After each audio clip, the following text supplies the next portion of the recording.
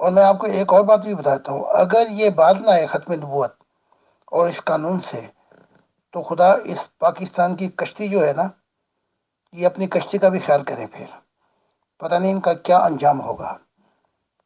تو خدا کے نبیوں اور مرسلوں کو جو ماننے کا وقت ہے، تبھی تو خدا نے کہا کہ جرمن قوم کی طرف جا۔ ادھر یہ وہ دنیا نہیں ہے۔ اب سورج مغرب سے طلوع ہوگا، ان کو ذرا ہوش میں رکھ کے بات کرنی چاہیے، 3 3 سال تک دھمکیاں دیتے۔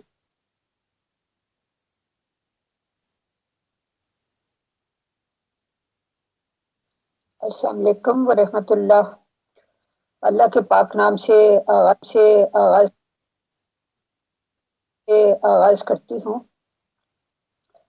محترم زاہد خان صاحب، جیسا کہ آپ جانتے ہیں کہ علم ایک خزانہ ہے اور سوال اس کی کنجی ہے، یعنی یہ خزانہ اس سوال کی چابی سے کھلتا ہے۔ لیکن بعض لوگ سوال کو سخت ناپسند کرتے ہیں، اور جوابات اگر ان کی توقع کے برخلاف ہوں تو اس کو اور بھی زیادہ ناپسند کرتے ہیں۔ اس سب کچھ کے باوجود ہم اس سلسلے کو جاری کیے ہوئے ہیں، اور انشاءاللہ جب تک خدا نے توفیق دی تو جاری رکھے۔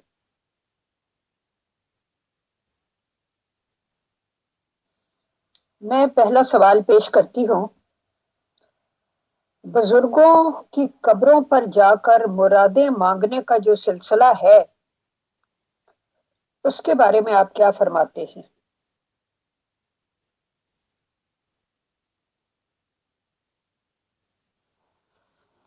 معذرت کے ساتھ مغالہ اجالا صاحبہ، وہاں پہ جا کے جو منتیں مانگتے ہیں، یہ بالکل غلط طریقہ ہے۔ یہ جا کے وہاں منتیں مانگے اور کتوں کو بھی ولی بنا دے، اور عجیب عجیب قسم کے وہاں پہ ملنگ اور چرس، یہ سارے طور طریقے غلط ہیں۔ اگر ولی اللہ کے مزار پہ کوئی جاتا ہے تو اگر اس کے لیے وہ دعا کرتا ہے ولی کے لیے، اور یہ کہ اس سے کوئی سبق سیکھتا ہے کہ ان لوگوں نے روحانیت میں کیا ترقی کی تھی، پھر تو ٹھیک ہے۔ لیکن منتے مانگنا، انہوں نے یہ کاروبار بنا لیا ہے، اور پاکستان میں تو یوں کہوں گا کہ یہ ایک ایسا، اصل میں جو ہے توحید کی جو انہوں نے بدنامگی کی ہے، شرک کی، انہوں نے بازار کھولے ہوئے ہیں۔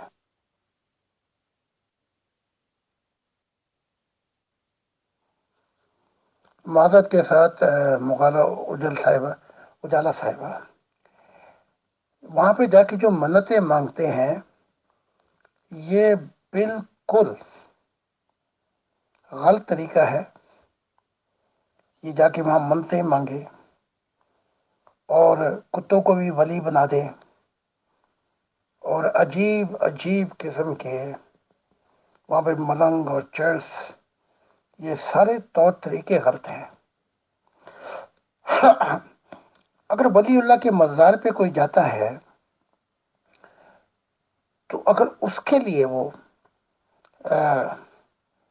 دعا کرتا ہے ولی کے لیے، اور یہ کہ اس سے کوئی سبق سیکھتا ہے کہ ان لوگوں نے روحانیت میں کیا ترقی کی تھی، پھر تو ٹھیک ہے۔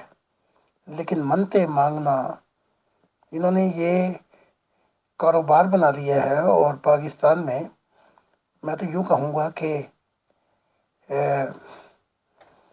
یہ ایک ایسا، اصل میں جو ہے توحید کی جو انہوں نے بدنامگی کی ہے، شرک کی، انہوں نے بازار کھولے ہوئے ہیں۔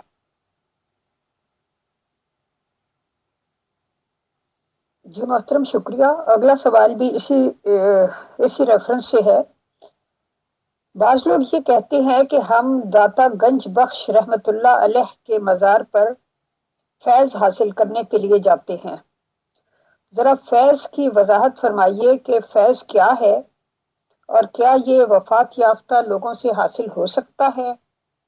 اور اگر کسی کو فیض مل جائے تو نشانی کیا ہے کہ اس کو فیض مل گیا ہے؟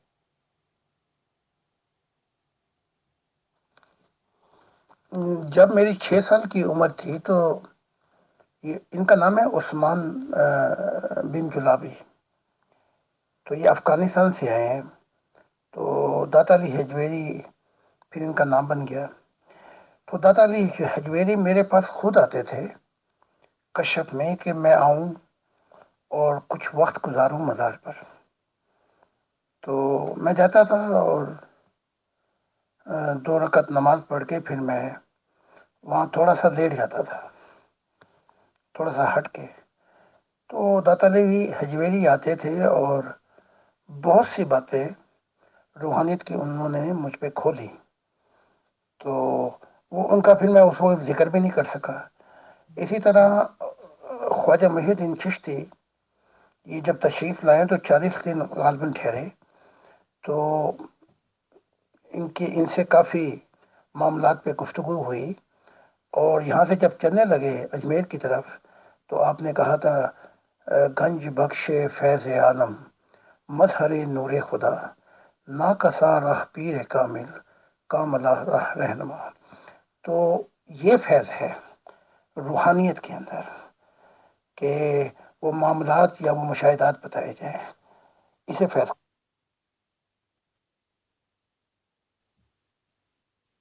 جی محترم، اصل میں آپ کا معاملہ تو بالکل مختلف ہے نا، کہ آپ کو تو خدا تعالیٰ نے بہت چھوٹی عمر سے ہی اس کام کے لیے چن لیا تھا اور آپ کے اوپر اس نے اپنا ظاہر بھی کیا اپنا جلوہ وغیرہ، اور وہ سب کچھ ہوا. لیکن عام لوگ جو جاتے ہیں تو ان کو کیا فیض حاصل ہوتا ہے؟ اور مطلب فیض مل جائے تو کیا نشانی ہوتی ہے کہ اس بندے کو اس بزرگ کے مزار سے فیض ملا ہے؟ اس بندے میں کیا چینج آ جاتا؟ فیض سے مراد یہ نہیں ہے کہ آپ اپنی گائیں ٹھیک کرانے جائیں اور کاروبار اور نوکریوں کے چکر میں وہاں جائیں. یہ کام داتا علی حجویری کا نہیں ہے. فیض ان کو ملتا ہے جو مشاہدے کی دنیا میں قدم رکھتے ہیں اور چاہتے ہیں کہ ولی جو ہیں ان سے وہ راز پتہ کریں جو انہوں نے پائے ہیں خدا تعالیٰ سے. تو میری مثال لے لیں یا شیخ یا خواجہ محی الدین کی لے لیں.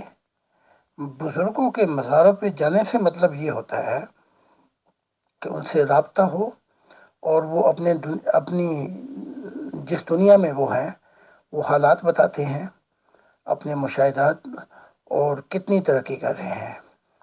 یہ فیض ہے روح کے لیے. اس سے دونوں طرف سے ترقی ہوتی ہے اور اسے فیض کہا جاتا ہے. اس کے متعلق الہامی کتابیں بھی ہیں. قرآن بھی کہتا ہے کہ وہ وسیلہ تلاش کرو، لیکن گائے بھینسوں کو ٹھیک کرنے سے فیض مراد.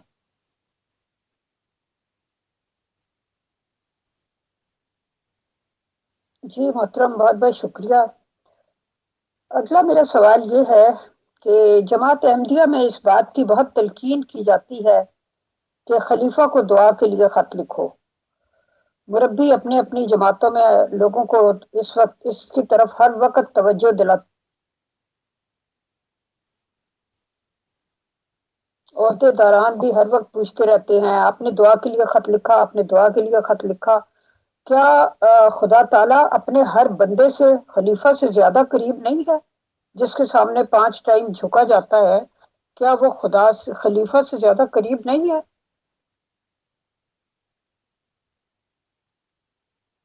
میری بات ادھوری رہ گئی. یہاں تک کہا جاتا ہے کہ اگر آپ کا خط ابھی خلیفہ تک پہنچا بھی نہیں ہے، آپ نے لکھا ہے، ابھی چاہے آپ نے کہیں وہ رستے میں ڈاک میں ہے، آپ نے لکھ کر کسی جھاڑی میں پھینک دیا ہے، تب بھی وہ دعا جو ہے وہ قبول ہو جائے گی.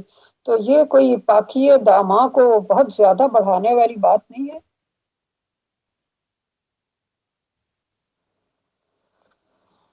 آپ نے بالکل ٹھیک فرمایا مجھ سے بھی دعا کا کہا جاتا ہے، تو میں کہتا ہوں بھائی دعا تو میں کرتا ہوں، تمام جتنے بھی ماننے والے ہیں، لیکن دعا سے مراد یہ ہوتی ہے کہ تمہارے دل کی دنیا بدل جائے اور معرفت الہی تمہیں اس دنیا میں مل جائے۔ تو اس کے علاوہ باقی ساری دعائیں تم خدا سے مانگا کرو، کیونکہ وہ تمہیں دیکھ رہا ہے۔ تو میری دعا صرف یہ ہوتی ہے کہ جو زندگی کا مقصد ہے وہ میرے ماننے والے اس زندگی میں پالیں۔ تو خلیفہ ان کی دعاؤں کے لیے جیسے یہ منگواتے ہیں، میں تو سمجھتا ہوں کہ یہ اگنورنس ہے، یہ کام خدا سے کروائیں۔ تو میری دعا یہ ہوتی ہے، میرے لیکچر، کہ میرے ماننے والوں کا زندہ تعلق قائم ہو جائے خدا۔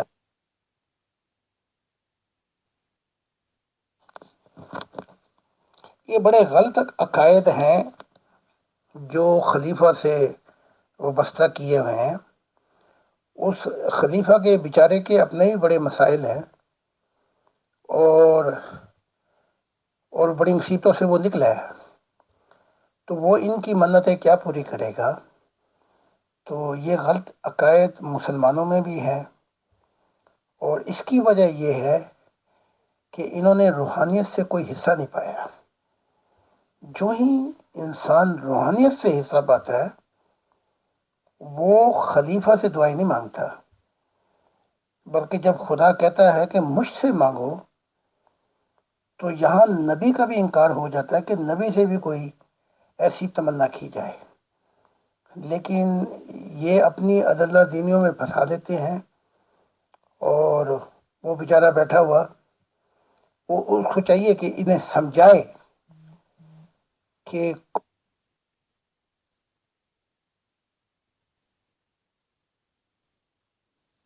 جی محترم شکریہ۔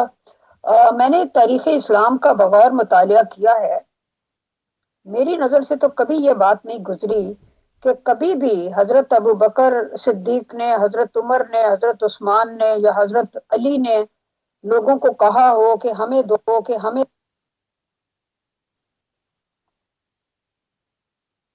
دعا کے لیے کہا کرو، یا ان کے جو عامل تھے، گورنر تھے، جو ان کے دور کے عہدے داران تھے، نہ ہی وہ لوگوں کو تلقین کرتے تھے، بلکہ وہ تو خود لوگوں کے مسائل حل کرتے تھے۔ اور حضرت عمر تو راتوں کو بھیس بدل کر رعایا کے معاملات معلوم کرتے اور ان کے دکھ درد دور کرتے تھے۔ بلکہ حضرت عمر نے تو یہاں تک کہا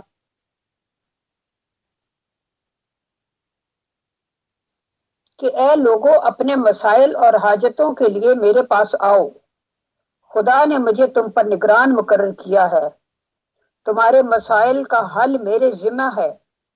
اگر تم دنیاوی مسائل کے لیے خدا کے حضور ہاتھ اٹھاؤ گے تو یہ اللہ کے دربار میں میری شکایت سمجھی جائے گی۔ یعنی انہوں نے کہا کہ مجھے تمہارے اوپر نگران مقرر کیا گیا ہے، میرا کام ہے کہ میں تمہارے دکھ درد، تکلیفیں، شکایتیں، مسائل جو ہیں میں ان کا حل کروں۔ تو یہ کون سا سسٹم ہے کہ عملی طور پر تو کسی کے لیے کچھ نہ کیا جائے اور بس یہ کہہ دیا جائے کہ ہمیں دعا کے لیے لکھو، دعا کے لیے لکھو۔ بہت بڑی ذمہ داری اپنے اوپر ڈال لینا ہے کہ یعنی ہم تمہارے لیے دعا کریں گے۔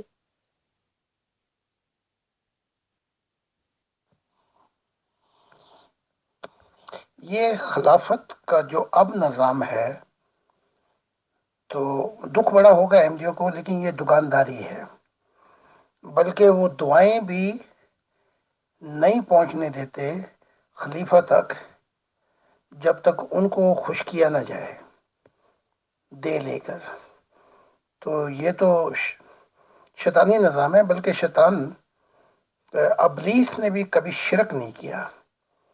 آپ دیکھ لیں اپنی کتاب قرآن کو اور دوسری کتابوں کو، اس نے خدا کے ساتھ میں کوئی شرک نہیں کیا، بلکہ اس میں وہ بالکل کلیئر تھا۔ جو اس نے کہا وہ یہ ولا تجد اکثر ہم شاکرین، یہ ناشکر گزار ہیں۔ تو خلیفہ کے دور میں تو یہ ہوتا تھا کہ علی کے پاس جب کچھ نہیں ہوتا تھا تو وہ یہودی کے باغوں میں چلے جاتے اور اسے کہتے بھائی مجھے کوئی کام دے دے، سارا دن کام کرتے اور خدا سے بھی نہیں مانگتے تھے کہ ہمیں یہ دے دے، وہ دے دے، فلاں دے دے، بلکہ محنت مزدوری کر کے خود یہ اپنے مسائل حل کرتے۔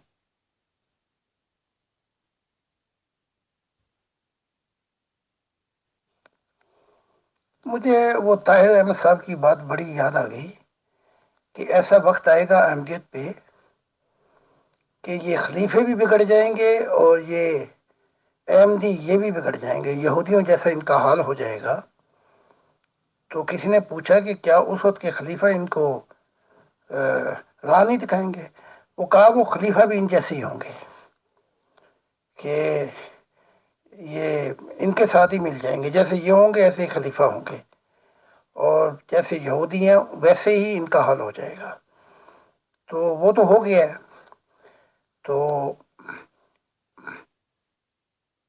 وہ نبی کا یا خلیفہ کا کام جو ہے وہ یہ ہے کہ ان کی حق کی طرف رہنمائی کرے، کیونکہ حق کی طرف رہنمائی، جب خلیفہ خود ہی اندھا ہے، اس کی روحانیت نہیں کھلی ہوئی، تو وہ کسی کو کیا راہ دکھائے گا؟ اندھا اندھے کو راہ دکھائے گا، دونوں اپنا گڑے میں گریں گے جا کے۔ تو یہ فرق آ جاتا ہے۔ اگر کوئی روحانی خلیفہ ہوتا تو انہیں راہ دکھاتا احمدیت کو۔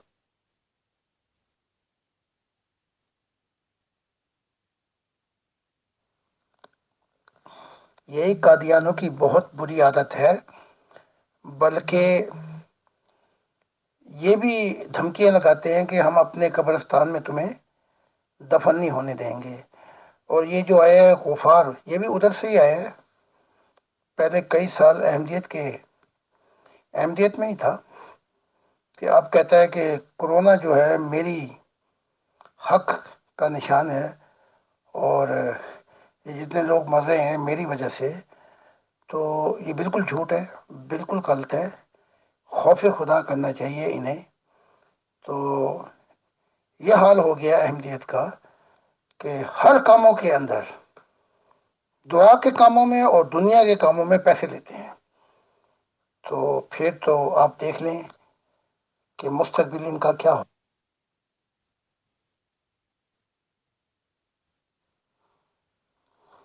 اس لیے میں نے اس چندے کو جڑ سے کاٹا ہے۔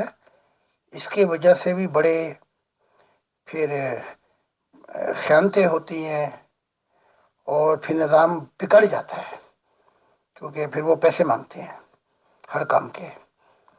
اور اس کے لیے پھر میں نے یہ نظام رکھا ہے کہ جو بھی دے وہ صرف خدا کو خوش کرنے کے لیے ڈونیشن دے، اور اس کو بتایا جائے کہ اس کے پیسے کتابوں میں خرچ ہو رہے ہیں، کون کون سے کاموں میں، اس کے بکلیٹ میں یا کسی اور نظام میں خرچ ہو رہے ہیں، اس کو پورے کا پورا اس کی رسید دی جائے، اور وہ تصدیق بھی کر سکتا ہے کہ اس کے کام صرف خدا کے کاموں میں خرچ ہو رہے ہیں۔ لہذا اس چندے کے سسٹم کو میں نے بالکل ختم کیا، کیونکہ یہ نظام بڑا غلط ہے۔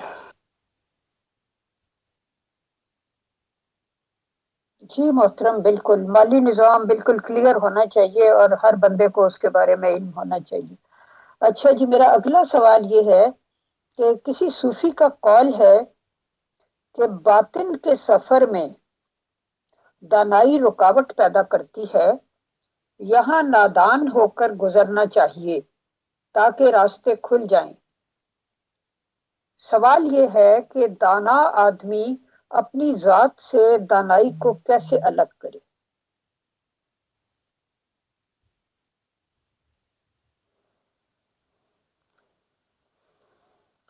محمد صاحب دعا کیا کرتے تھے کہ میرے علم کو بڑھا دے۔ جب علم بڑھایا تو محمد صاحب غمگین ہو گئے، دکھ ہوا۔ تو میں آپ کو بتا دیتا ہوں، دنائی یہ ہے کہ یہ دنائی اتنی نہ بڑھ جائے کہ ہماری آنکھیں ہر چیز کی جاسوسی شروع کر دیں، بس یہیں سے بدگمانی پیدا ہو جاتی ہے۔ فرشتوں کی دنیا تک تو ٹھیک ہے، علم کی بہت سی دنیا ہے، اس سے آگے آپ قدم رکھیں گے تو محبت الہی کی دنیا شروع ہو جاتی ہے۔ تو علم جو ہے وہ غمگین بھی کر دیتا ہے، وہ آپ کو تھکا بھی دیتا ہے، اور وہ معرفت الہی میں اکثر رکاوٹ بھی بن جاتا ہے۔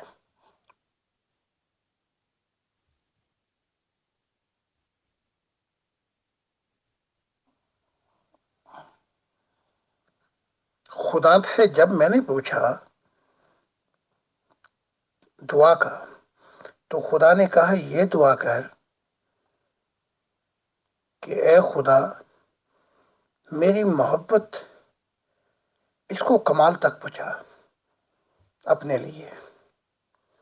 تو جب وہ محبت کے دریچے کھلے تو علم پیچھے رہ گیا اور کسی چیز نے حیران نہیں کیا۔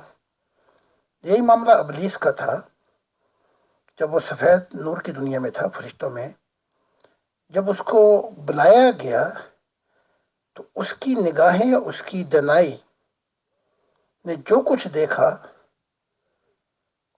بس وہ سفر اس کو فائدہ نہیں پہنچا سکا، اور اس کی دنائی، اس کا علم، اس کی دماغی صلاحیتیں اس کی راہ میں رکاوٹ آ گئی۔ تو اس لیے دنائی سے مراد یہ ہے، جیسے عیسیٰ کہتے ہیں بچے جنتوں میں داخل ہوں گے، بچہ بننا پڑتا ہے، یعنی کہ دل کی دنیا ہے وہ خدا کی، وہ دنائی اور علم کی دنیا نہیں ہے۔ محترم، ایک ممبر نے عشق حقیقی پر ایک شعر بھیجا ہے اور کہا ہے کہ آپ اس بارے میں رائے دیجیے۔ کچھ اور مانگنا میرے مشرب میں کفر ہے، کچھ اور مانگنا میرے مشرب میں کفر ہے، لا اپنا ہاتھ دے میرے دستے سوال میں۔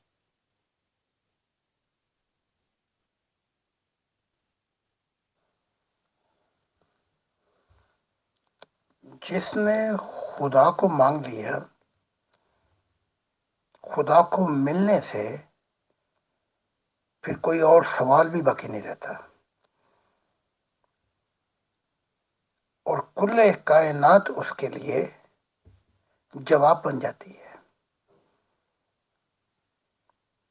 اور میں تو ایسے جہان دیکھ چکا ہوں کہ سوال تو ختم ہو گئے ہیں، فرشتوں کے سوال ہوں گے، جنوں کے سوال ہوں گے، انسانوں کے سوال ہوں گے، لیکن جو عالم بالا جنتیں ہیں وہاں سوال نہیں ہے، وہاں سب کچھ پا لیے ہے۔ وہاں تو پھر وہ قدر و قیمت پتہ لگ گئی ہے کہ خدا کے علاوہ کوئی چیز بھی اس کل کائنات میں نہ سکون پہنچا سکتی ہے، نہ اصل خوشیاں دے سکتی ہے، نہ کوئی اینڈلس لو دے سکتی ہے، اور نہ ہی انسان کو کبھی ہر تمنا کے بعد اس کی خواہشیں رہیں گی۔ خدا کو پانے کے بعد خواہشات بھی ختم، سوال بھی ختم۔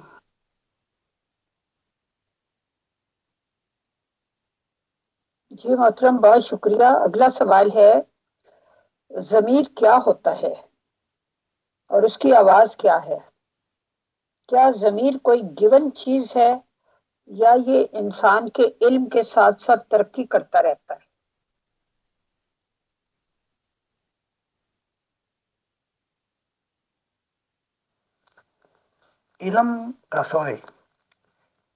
ضمیر خدا کی آواز ہے۔ آپ پڑھے لکھے نہ بھی ہوں تو جو بھی آپ کام کرتے ہیں وہ اندر سے آواز آپ کو دے دیتا ہے کہ وہ یہ تو غلط کر رہا ہے، وہ نفس لوامہ بن کے الہائنہ دیتا ہے آپ کو جب آپ ہوش سنبھال لیتے ہیں۔ تو علم ضمیر کی آواز کے لیے یہ نہیں کہ آپ اہل علم ہو، قاضی ہوں یا آپ بڑے پڑھے لکھے ہوں، یہ فطرت کی آواز اور خدا کی آواز آپ کے اندر ہے، اور اگر آپ یہ آواز نہیں سن سکتے تو آپ نے ضمیر کی اور خدا کی جو آواز تھی اس کو اپنے اندر سے ملی امیٹ کر دیا، اندھیرے چھا گئے اور نفس امارہ نے اس کو کالا کر دیا ہے۔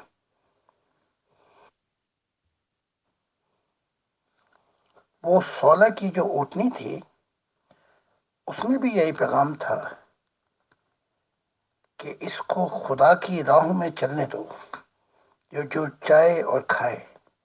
مراد یہ تھی اس نفس کو نفس لوامہ سے آگے نفس آرام یافتہ میں داخل ہونے دو، کیونکہ وہ سوسائٹی نفس امارہ پہ تھی، یعنی کہ ایک ایسی سوسائٹی اور معاشرہ بھی حد تک پہنچ جاتا ہے کہ پھر وہ اپنا کھانا خراب کراتا ہے جب ضمیر اور خدا کی آواز کو بالکل ختم کر دیتا ہے اپنے اندر سے۔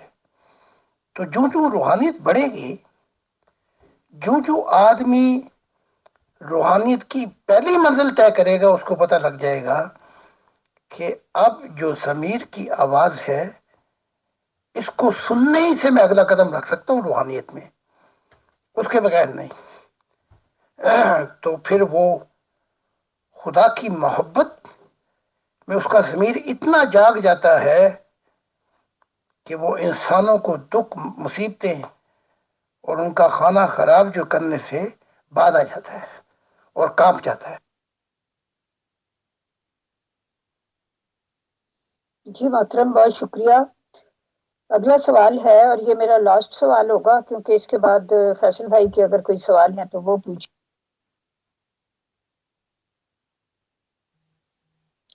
لیلۃ القدر کے بارے میں کہا گیا ہے کہ وہ 1000 مہینے سے بہتر ہے، اور جس کو رمضان شریف میں یہ رات مل جائے وہ گویا اپنی مراد پا گیا۔ اس کے بارے میں بتائیے اور اس کی نشانی کیا ہے؟ ایک صوفی شاعر نے تو یہ فرمایا، کیا ڈھونڈتا ہے شیخ شب قدر کا نشاں،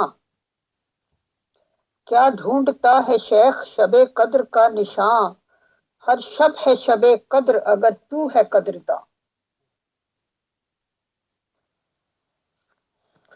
ہر رات مومن کی لیلۃ القدر ہے، ہر رات، اور ہر دن جو ہے وہ معراج ہے۔ انہیں دھوکہ لگا ہے، کیونکہ یہ پوچھتے ہیں، کسی پوچھنے والے نے پوچھا کہ خدا کے بڑے اسم ہیں لیکن ایک ایسا ہے کہ وہ پتہ لگ جائے تو سب کچھ ہو جائے۔ تو میں نے اس سے کہا خدا کے ہر جو نام ہے وہ اسم ہے، پہلے تو خدا کا ہو جا، اس کے ہر نام کے اندر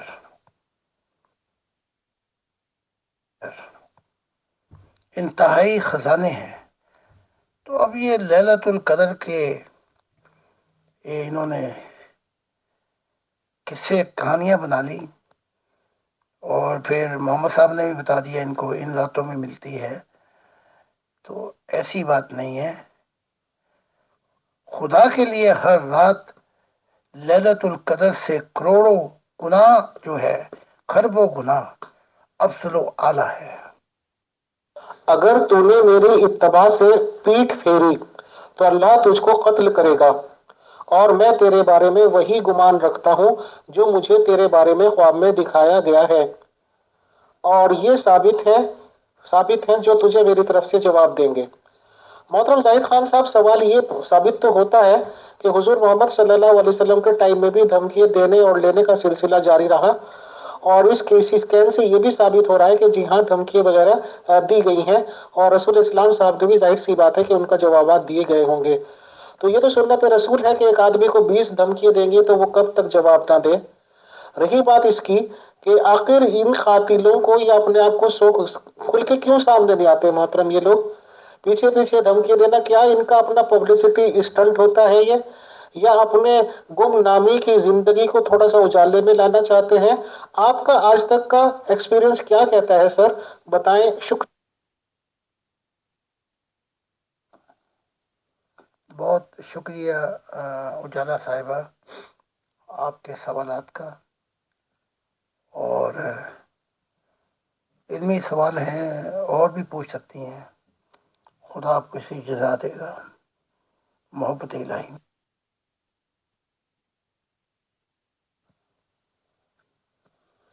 پہلے سوال کا میں جواب دے دوں. خواب یہ دیکھی تھی کہ میرے ہاتھ میں کنگن پہنائے گئے ہیں. اب محمد صاحب خود ہی کہتے ہیں کہ جنتوں میں کنگن پہنائے جائیں گے اور پاؤں میں بھی. تو دکھایا یہ گیا تھا کہ مسلمہ جو ہے اس کے پاس روحانیت ہے، اور اگر یہ کچھ کہتا ہے تو خاموشی اختیار کرو، لیکن قتل کی دھمکی نہ دے. لیکن محمد نے قتل کی دھمکی دی، اور صحابہ بھی کہتے ہیں کہ یاما اتنی خوفناک جنگ تھی اور 1200 صحابی بھی مارے گئے. تو یہ جو سارا خون خرابہ ہوا یہ دھمکیوں پہ ہے. اب میں آتا ہوں آپ کے دوسرے سوال پر. یہ دھمکیاں دینے والے انتہائی پسند ایک ایسے معاشرے میں بڑھتے ہیں جہاں ان کو سکھایا جاتا ہے کہ دھمکیوں سے، بدماشیوں سے اور ڈرانے سے ان کو شہرت ملے گی اور بدماشی میں ان کا نام ہوگا. اور یہ ایسے ماحول کے اندر یہ لوگ جنم لیتے ہیں، اور اگر ان کو اس ماحول سے تھوڑا سا نکال دیا جائے تو یہ انتہائی خوف زدہ اور ڈرپوک لوگ ہیں. میں نے کئی دفعہ تجربہ کر لیا ہے کہ یہی ڈرپوک، یہی انتہا پسند جب یوں سامنے آئے کہ ان کو پتہ لگا کہ ادھر سے بھی آ رہی ہیں گولیاں اور اب یہ مریں گے، تو انتہائی میں نے ان کو ڈرپوک اور بھاگتے ہوئے دیکھا. تو اگر ان کو ان ماحول سے نکال لیں تو یہ انتہائی پسندی کا جو ماحول ہے اس کے اندر ہی ان کے بھائی بند ہو سکتے ہیں.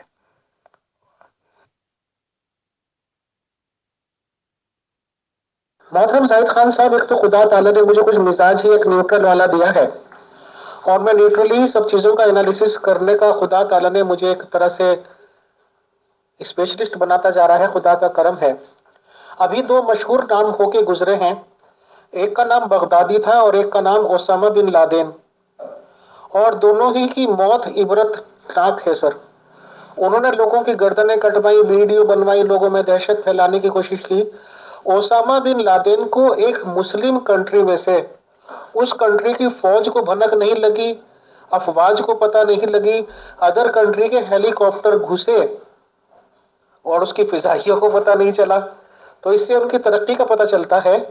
چھت پہ جا کے، گھر پہ جا کے اترے ہیں کمانڈوز، وہ ملا ہے سامنے، اور اس کی جتنی کم خبریں حالانکہ نکل کے آ رہی ہیں، بٹ یہ خبریں ہیں کہ اس نے اپنی بیوی کے پیچھے چھپنے کی کوشش کی اسامہ بن لادن نے، اور وہ تر تر کانپ رہا تھا، اور کمانڈوز نے اس کو بہت ہی قریب سے گولی مار دی.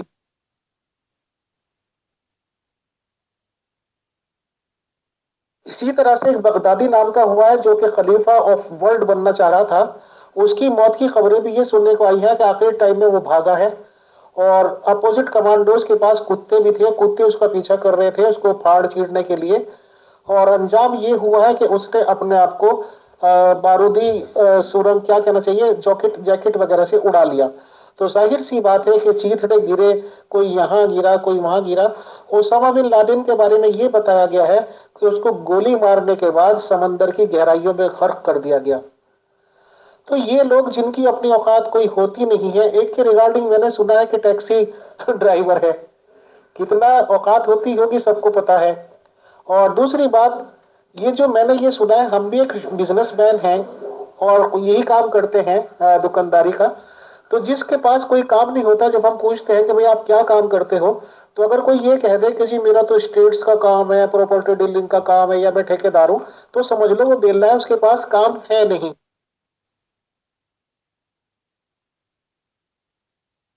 بہت سے کم کام والوں کو جن کے پاس کام دھندے ہوتے نہیں ہیں، انہوں نے ایک وسیلہ ڈھونڈ رکھا ہے کہ جی میں تو کیا کہتے ہیں اس کو، ٹریولنگ ایجنسی چلاتا ہوں. آج کے ٹائم میں، گوگل کے ٹائم میں، کہ پوری دنیا اس میں کورڈ ہے، کتنے ٹائم لگتا ہے کسی بھی چیز کو کرانے میں؟ Visa on line, passport on line, کہاں سے کہاں تک ہوائی جہاز بک کرانے ہیں وہ آن لائن. آخر اگر ہم تھوڑا پڑھے لکھے بھی ہیں تو ہمیں کسی کی ضرورت کیا ہے؟ تو ایسی ایسی لوگ بونگیاں مارنے والے کیوں اسامہ بن لادن اور آپ کا کیا تھا وہ خلیفہ، جو کہ مطلب کتے کی موت سے بدتر موت مرے ہیں، کیا یہ اپنا انجام بھول جاتے ہیں؟ اور ایسے لوگوں کا ہونا کیا چاہیے، بتائیں. شکریہ.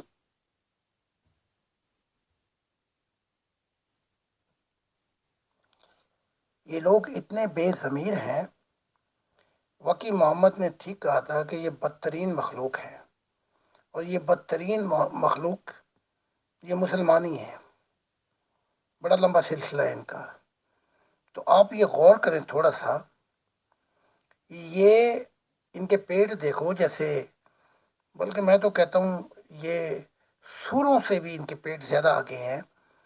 یہ دوسرے لوگوں کو تیار کرتے ہیں کہ تم جاؤ اور تمہیں جنت ملے گی، اور تمہیں یہ ملے گا، اور محمد صاحب کے ساتھ تم کھانا کھاؤ گے، تم جا کے قتل ہو. لیکن یہ ایسے بے ضمیر، بے شرم، اور ان پہ خوف اتنا ہوتا ہے کہ خود نہیں جاتے. تو یہاں میں ایک چھوٹا سا واقعہ سنا دوں کہ جب مصر کی بیچاری ایک عورت تھی، اس کا خامد کو تیار کر رہا تھا کہ جا کے بم مار کے اسرائیلیوں کی بس میں بیٹھ اور بم چلا.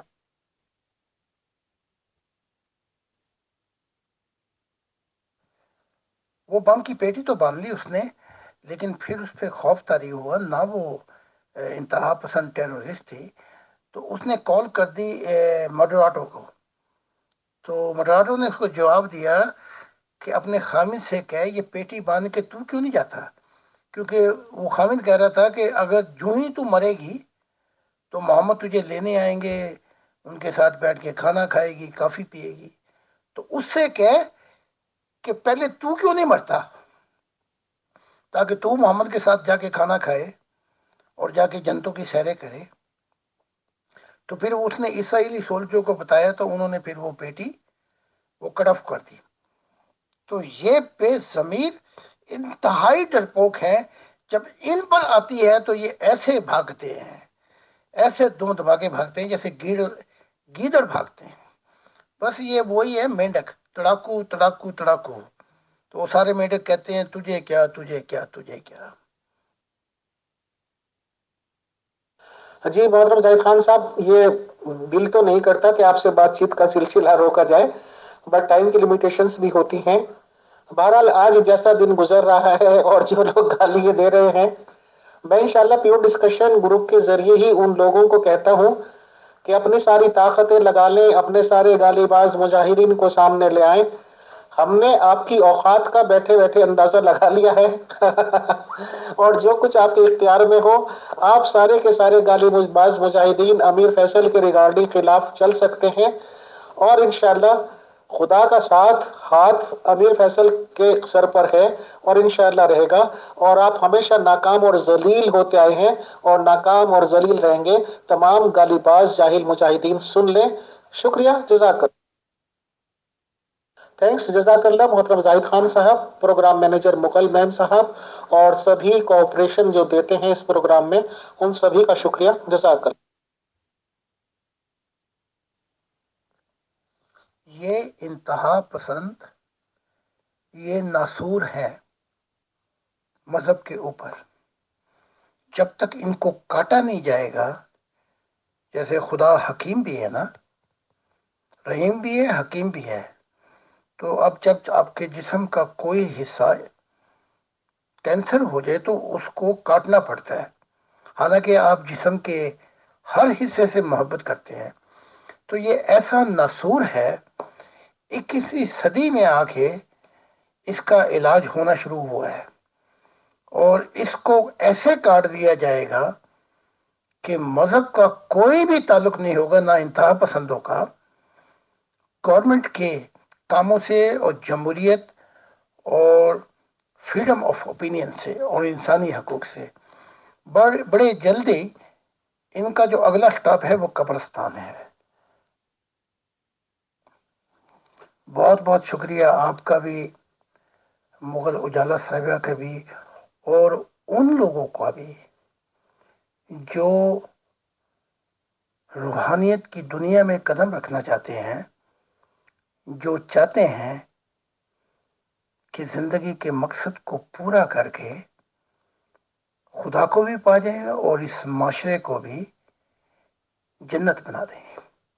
تو ان سب کا بہت شکریہ، اور یہ گندے ناسور اور کینسر اب رکاوٹ نہیں بن سکتے۔ یہ 21 سینچری ہے، یہ خدا کی دنیا کی سینچری ہے۔ ان سب لوگوں کو کی صف لپیٹ دی گئی ہے، اور ان کا جواب جو ہے، ان کا جواب جو ریونج ہے، وہ جمہوریت ہے۔ Thank you.